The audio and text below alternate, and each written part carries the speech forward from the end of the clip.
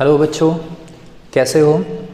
तो एक और क्वेश्चन हम लेके आ रहे हैं प्रीवियस ईयर का। तो ये क्वेश्चन आपका प्रीवियस ईयर 2015 में पूछा गया है, सीबीएसई 2015 में। बहुत ही इंपॉर्टेंट क्वेश्चन ये है। तो यहाँ पे इस क्वेश्चन में बोल के आना है, बिना टाइम वेस्ट के हम सीधे इसका सोल्यूशन करते हैं। तो देखिए, एक क्यूब आपको दे रखा है जिसकी सारी साइड्स कितनी है, ए। तो यहाँ पे बोल के आना है, given the electric field in the region E is equals to 2x I cap, find the net electric flux through the cube and the charge enclosed by it। ठीक है, तो यहाँ पे इस क्यूब से कितना फ्लक्स आपका निकल रहा है वो पहले आपको कैलकुलेट करना है।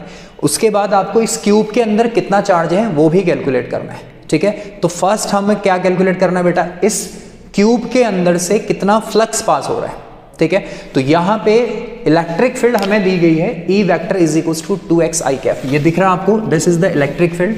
और ये इलेक्ट्रिक फील्ड है x एक्सिस के along, that is E vector is equals to 2x I cap.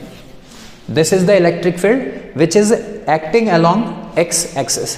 ठीक हो गया। अब यहाँ पे हमें साफ साफ दिखाई दे रहा है सिर्फ और सिर्फ दो face, first and second, these two faces are perpendicular to electric field, only these two faces are perpendicular to the electric field। तो फिर सिर्फ यही दो फेसेस जो हैं 1 and 2 फ्लक्स में कंट्रीब्यूट करेंगे। इन्हीं दो फेसेस से फ्लक्स आपका पास हो रहा होगा, बाकी जो और फेसेस हैं वो फ्लक्स में कंट्रीब्यूट नहीं कर रहे होंगे। वो फ्लक्स में कंट्रीब्यूट क्यों नहीं कर रहे हैं, क्योंकि बेटा फ्लक्स हमारा होता है phi is equals to E dot delta S. और अगर हम इस डॉट प्रोडक्ट को खोलते हैं तो E डेल्टा कॉस थीटा। और आप साफ साफ देख रहे हैं इसमें इलेक्ट्रिक फील्ड x के अलोंग है, और बाकी जो फेसेस हैं z के परपेंडिकुलर जो फेसेस हैं उनका एरिया वेक्टर अलोंग z आएगा इस तरीके से बाहर की तरफ। जो ये फेसेस आपके z के परपेंडिकुलर हैं वो उनका एरिया वेक्टर इस तरीके से आएगा बाहर को अलोंग z एक्सिस। जिस तरीके से फर्स्ट और सेकंड फेस को आप देख रहे हैं, ये दोनों के दोनों फेसेस x के परपेंडिकुलर हैं, तो फिर इन दोनों फेसेस का एरिया वेक्टर जो होगा x के अलोंग होगा। बस इसी तरीके से जो फेसेस इस क्यूब के z के परपेंडिकुलर होंगे उनका एरिया वेक्टर होगा अलोंग z एक्सिस। और इलेक्ट्रिक फील्ड किसके अलोंग है बेटा, x एक्सिस। तो यहाँ पे इलेक्ट्रिक फील्ड और एरिया वेक्टर के बीच में थीटा बन रहा है 90 डिग्री। तो cos ऑफ 90 कितना हो जाएगा, 0। इसी तरीके से बाकी दो फेसेस, एक ये वाला फेस और एक ये वाला फेस जो कि z एक्सिस के परपेंडिकुलर है, ये भी फ्लक्स में कंट्रीब्यूट नहीं करेंगे क्योंकि इनका एरिया वेक्टर होगा अलोंग z एक्सिस और इलेक्ट्रिक फील्ड है अलोंग x एक्सिस। यहां पर भी थीटा आपका बनेगा 90। तो यहां पर सिर्फ और सिर्फ फ्लक्स में first and second surfaces contribute करेंगे, सिर्फ इसलिए क्योंकि यहाँ पे ये दोनों के दोनों जो आपके फेसेस हैं first and second, they are perpendicular to the direction of electric field. और इलेक्ट्रिक फील्ड इन दोनों फेसेस को इस तरीके से क्रॉस करते हुए आगे निकलेंगे। तो चलिए फ्लक्स कैलकुलेट करते हैं, सबसे पहले इस फेस के लिए एंड देन इस फेस के लिए। चलिए स्टार्ट करते हैं। सॉल्यूशन यहाँ पे as the electric field lies along x axis, hence only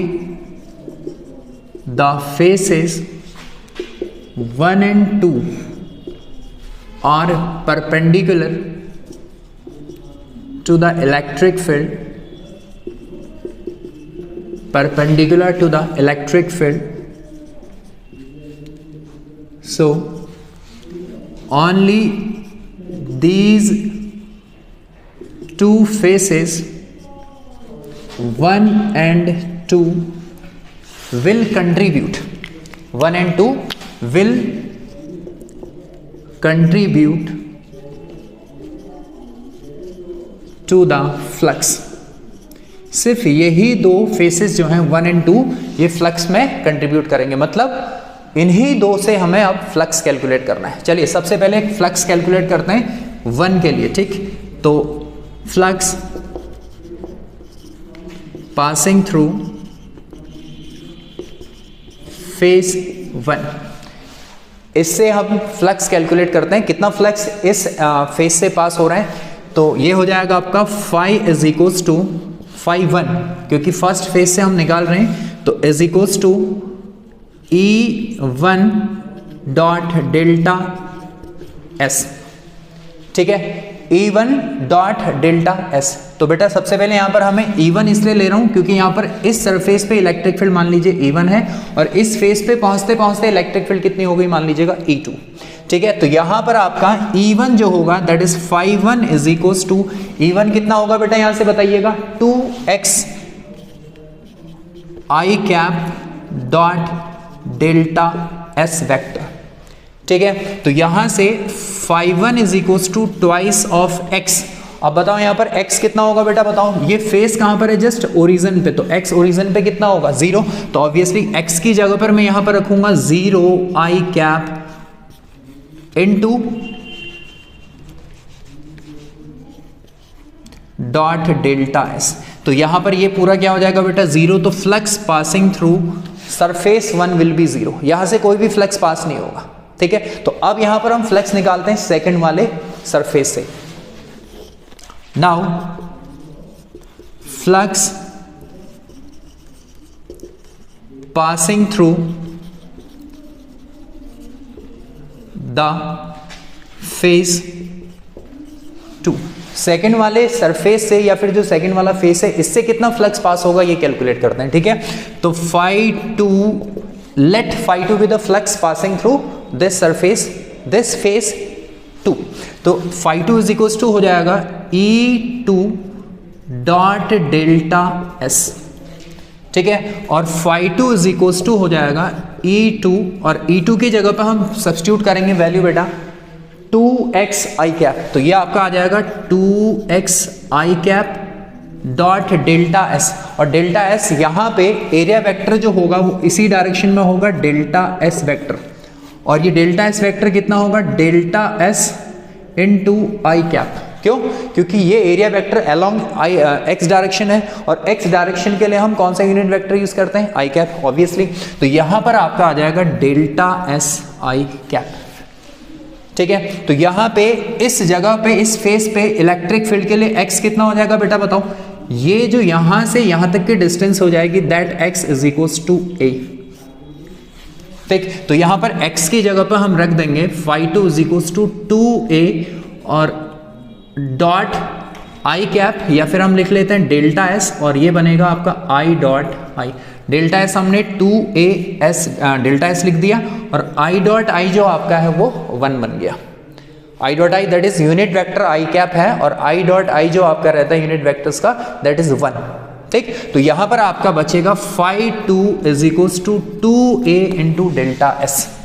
ठीक है, और delta S that is whole surface आपका जो बन जाएगा, this whole delta S is equals to a square. क्यों बेटा a स्क्वायर, क्योंकि ये वाली साइड भी a होगी और ये वाली साइड भी आपकी a होगी, तो इसका स्क्वायर अगर मैं करता हूं a का स्क्वायर में करूंगा तो ये सेकंड वाला जो सरफेस है इसका एरिया मुझे मिल जाएगा। तो यहां पर आपका ये आ जाएगा a square.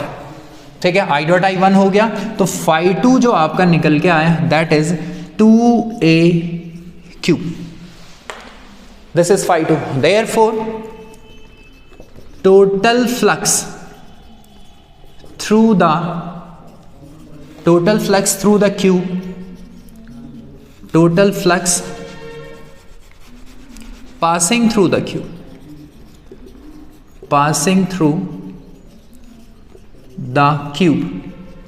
total flux passing through the cube कितना आ जाएगा, phi net is equals to phi1 plus phi2। phi1 तो आपका 0 हो गया, क्योंकि यहां पर से तो इलेक्ट्रिक फील्ड पास हो ही नहीं रही। क्यों, क्योंकि वो खुद कहां पर है बेटा बताओ, surface x is equals to 0 पे, ओरिजिन पे। और अगर x इज इक्वल्स टू 0 यहां पर रखते हैं तो E electric field will become 0।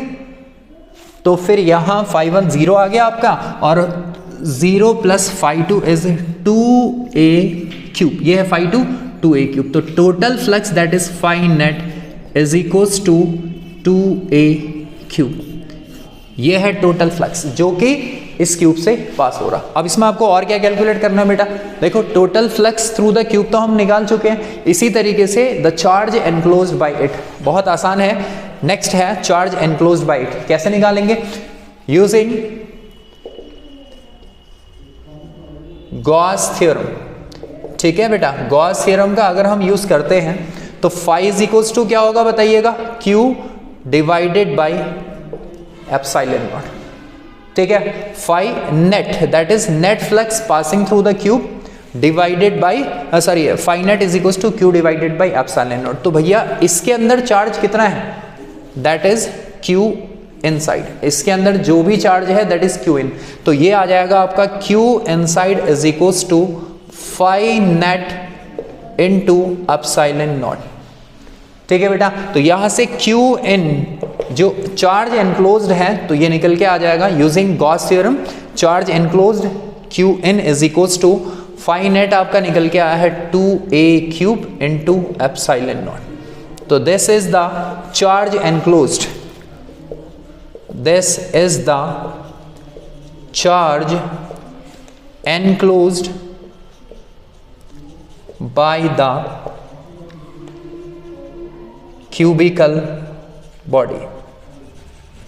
ठीक है बेटा, ये क्वेश्चन था, बहुत बढ़िया क्वेश्चन सीबीएसई में पूछा गया है 2015 में।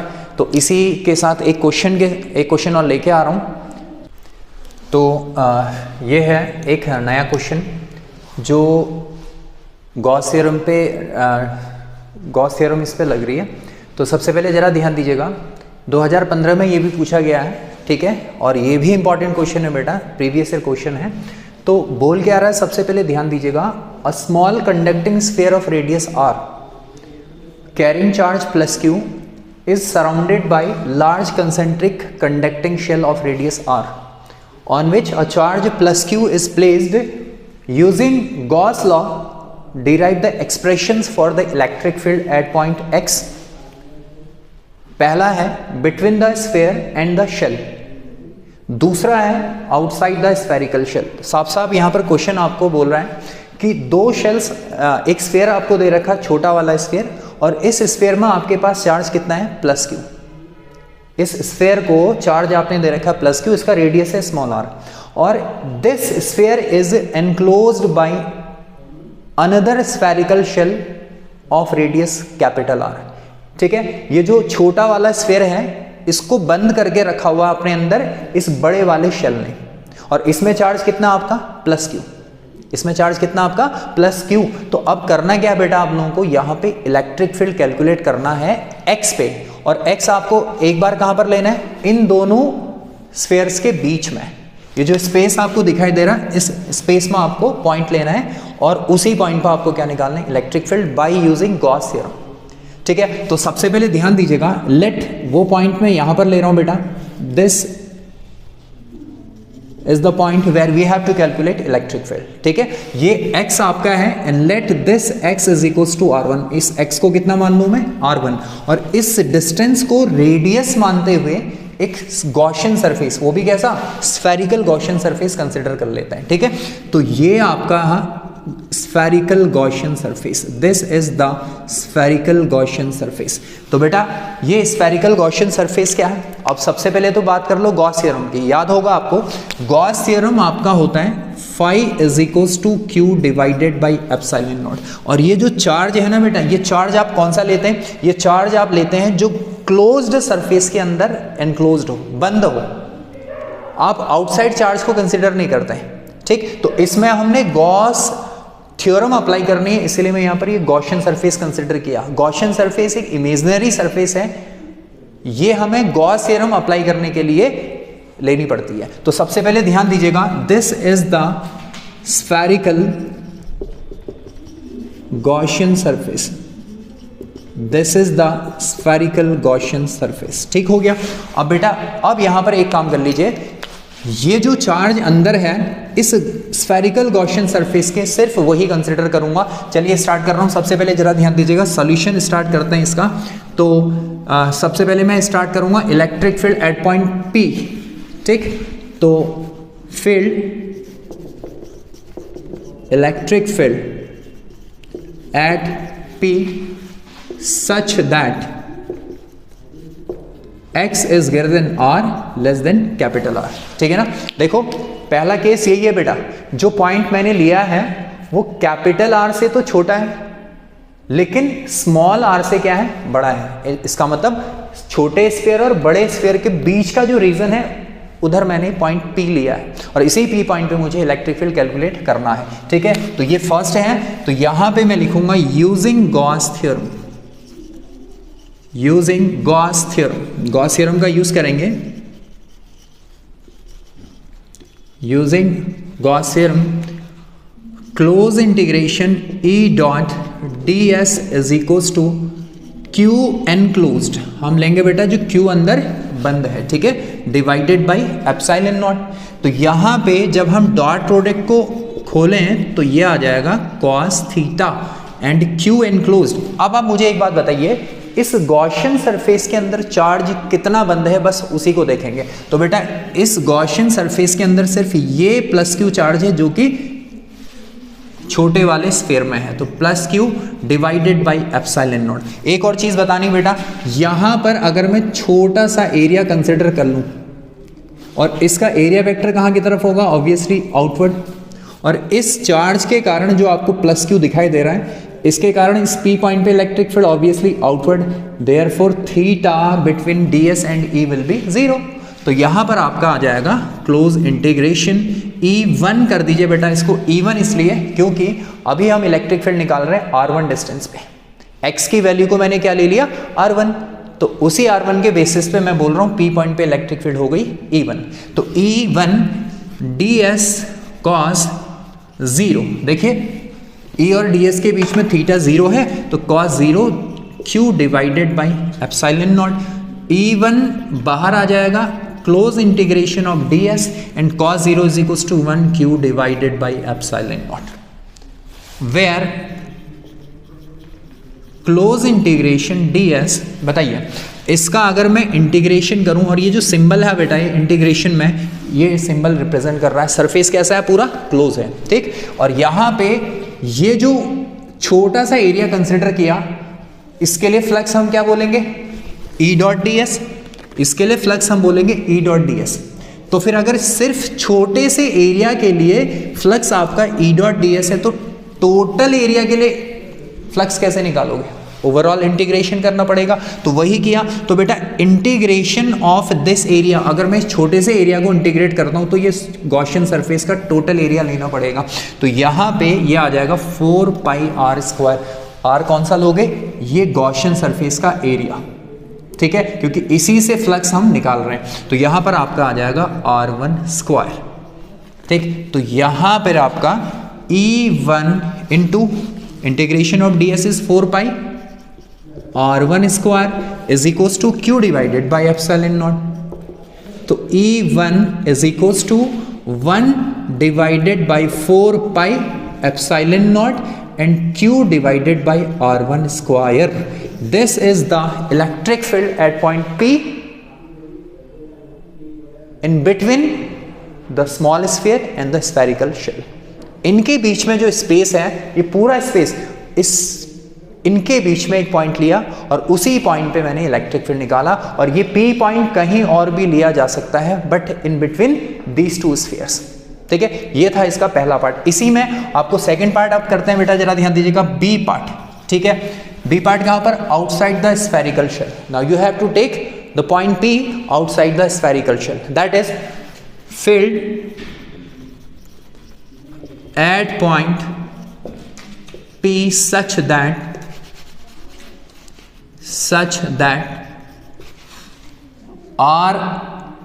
x is greater than capital R। जब आप पूरा इस स्फीयर से बाहर चले जाओगे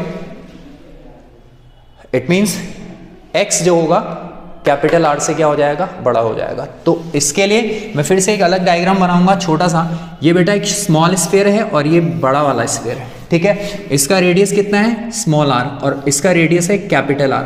अब इस वाले में चार्ज प्लस Q और बाहर वाले में चार्ज कितना है, कैपिटल का Q plus capital Q।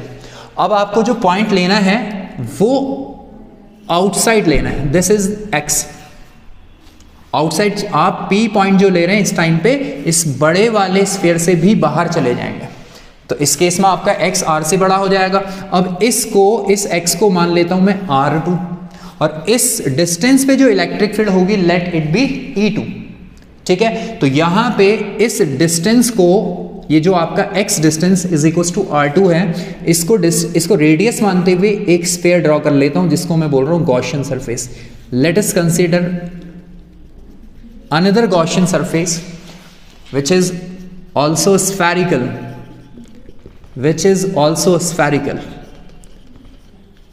Gaussian surface, ठीक है। मैं जब तक गॉसियन सरफेस नहीं लूंगा गॉस थ्योरम अप्लाई नहीं कर पाऊंगा, ठीक हो गया। तो यहां पर सबसे पहले ध्यान दीजिएगा। चलिए बेटा, अगर मैं यहां पे P पॉइंट पे इलेक्ट्रिक फील्ड निकालना चाह रहा हूं, let that electric field be E2, ठीक है। और अगर मैं एक छोटा सा एरिया कंसिडर करूं तो इसका एरिया वेक्टर भी इसी डायरेक्शन में बाहर को, थीटा इज अगेन 0। तो अगेन यूजिंग गॉस थ्योरम, अगर फिर से गॉस थ्योरम यूज करते हैं तो भैया close integration E2 dot ds। अच्छा, E2 क्यों लिया? क्योंकि अब जहां पर पॉइंट लिया हूं इस जगह पे इलेक्ट्रिक फील्ड मैंने कितना कंसिडर कर लिया? E2।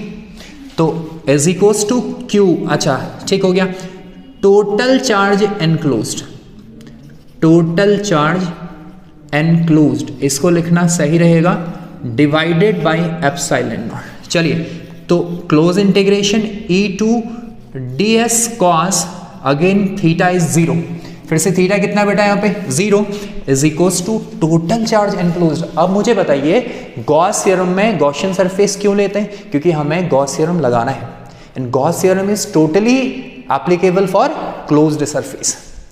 तो भाई मुझे बताइए, जो गॉसियन सरफेस आपने अभी कंसिडर किया है इसके अंदर टोटल चार्ज कितना है? अब टोटल चार्ज आपका plus Q and capital plus Q, क्योंकि बड़ा वाला स्फीयर भी अब इसी के अंदर है। तो अब नेट चार्ज आपका आ जाएगा Q plus Q divided by epsilon naught. तो cos 0 इज अगेन 1, E2 आपका बाहर आएगा, E2 outside, integration of ds।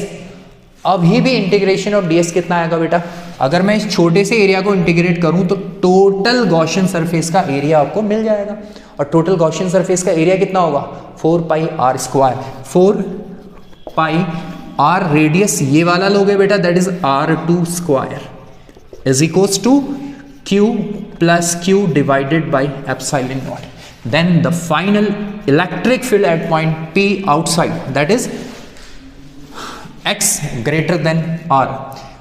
इस P पॉइंट पे जो इलेक्ट्रिक फील्ड आएगा E2, that is 1/4 pi epsilon not Q plus Q divided by R2 square. This is the electric field, ठीक है। ये है इलेक्ट्रिक फील्ड जो कि आउटसाइड P पॉइंट पे आएगा, ठीक है। तो ये भी एक बढ़िया क्वेश्चन था जो कि गॉस थ्योरम पे डिपेंड था। तो गॉस थ्योरम आपको पहले सही से समझना पड़ेगा कि एक क्लोज सरफेस के लिए एप्लीकेबल है। तो इसी तरीके से और क्वेश्चंस हम लेके आएंगे, ठीक है, नेक्स्ट लेक्चर में। Thank you so much.